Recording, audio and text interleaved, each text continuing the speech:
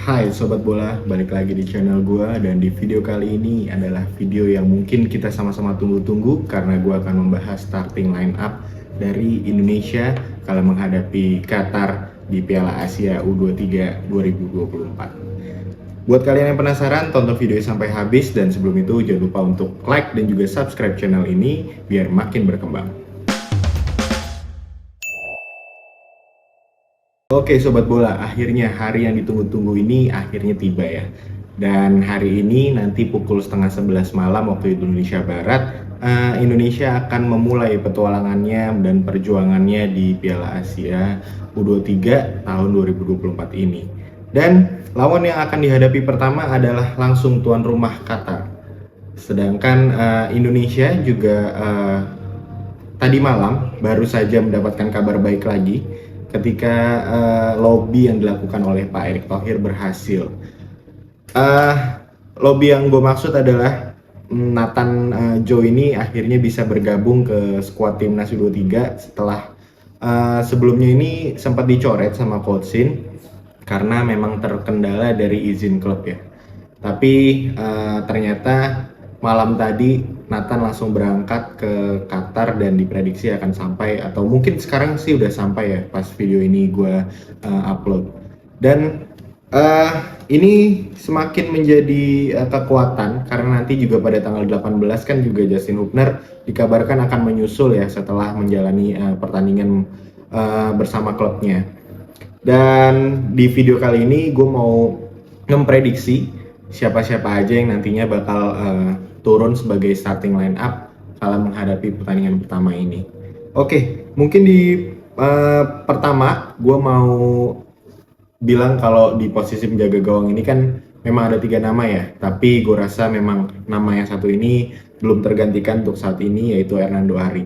Jadi di posisi penjaga gawang gue memprediksi akan masih dimainkan oleh Hernando Ari.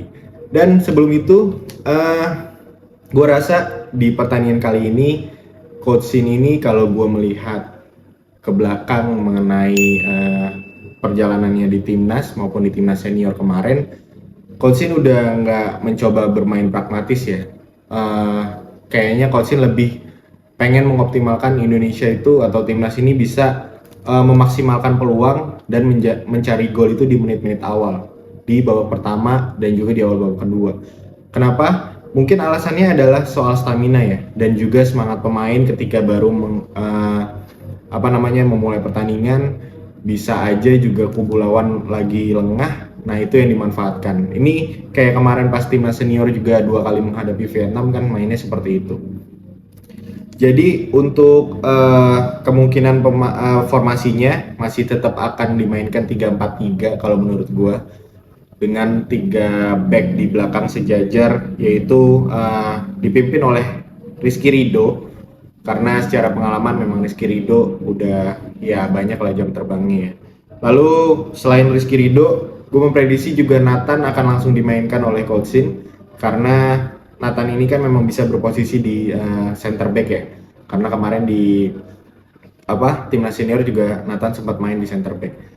Lalu ada posisinya di sebelahnya Rizky Ridho dan Nathan ini juga gue rasa akan diturunkan Komang Teguh, karena Komang juga selain kemarin pas uji coba ia berhasil mencetak gol, Komang juga gue rasa memiliki jiwa dan Spartan ya kalau bermain sebagai back. Dia memiliki jiwa yang menggebu-gebu dan juga lumayan tenang juga dalam menghadapi tekanan-tekanan dari striker lawan. Dan di wingback kiri ini akan diisi posnya oleh Arhan, dan diharapkan Arhan juga bisa memaksimalkan tusukan-tusukan yang ia punya, skill yang ia punya untuk melewati pemain-pemain dan memberikan crossing ke jantung pertahanan lawan.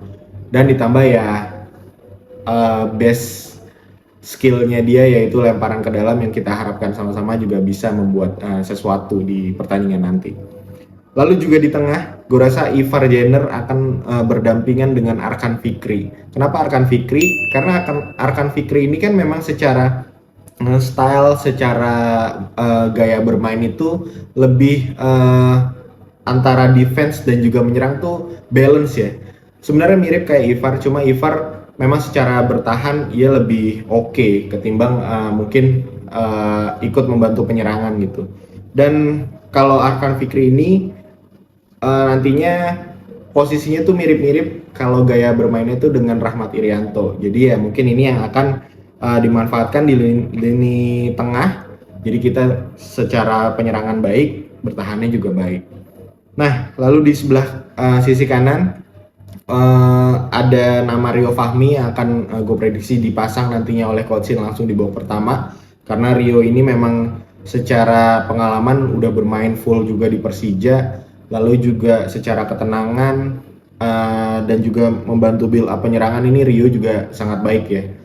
Dan di depannya Rio atau di penyerang sayap kanan itu gue rasa juga Coach Shin akan menurunkan Witan Sulaiman, karena ya itu tadi gue bilang Coach Shin ini kayaknya nggak bermain pragmatis ya, karena ingin langsung menyerang, makanya gue bilang Witan akan ditaruh di sisi sayap kanan untuk mengobrak-ngabrik pertahanan dari Qatar.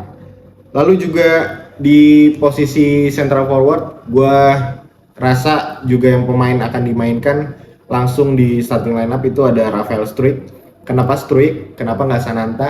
Karena ya itu tadi, ini babak pertama gue rasa permainannya akan dari kaki ke kaki, masih mengurangi long ball.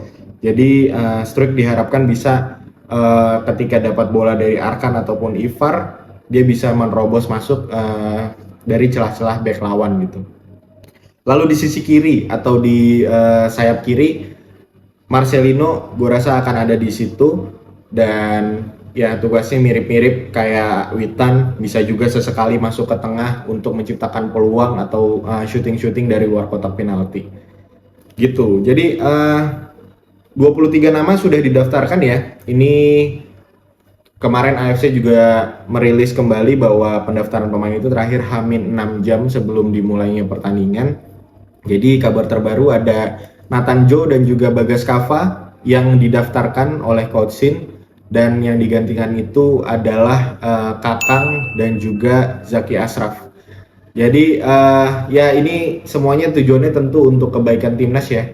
Siapapun yang bermain pastinya Coach Shin udah tahu dan udah menanamkan di diri pemain bahwa Indonesia harus bisa membuktikan kalau ya memang negara kita ini sedang dalam fase atau dalam ritme yang baik lah dalam perkembangan sepak bolanya. Oke, kita sama-sama berdoa biar timnas Indonesia bisa mendapatkan hasil yang baik, karena gue rasa pertandingan ini jika kita bisa memanfaatkan sekecil apapun peluang dan tanpa melakukan kesalahan di dalam pertahanan, kita bisa memenangkan pertandingan. Faktor tuan rumah memang mempengaruhi di Qatar, tapi kita sama-sama tahu bahwa kualitas U23 Qatar ini memang belum semasif dari timnas seniornya. Jadi tenang aja, kita masih bisa punya peluang untuk memenangkan pertandingan. Oke, mungkin segitu dulu video kali ini. Jangan lupa bantu like dan juga subscribe. Thank you for watching. See you on the next video. Ayo Garuda!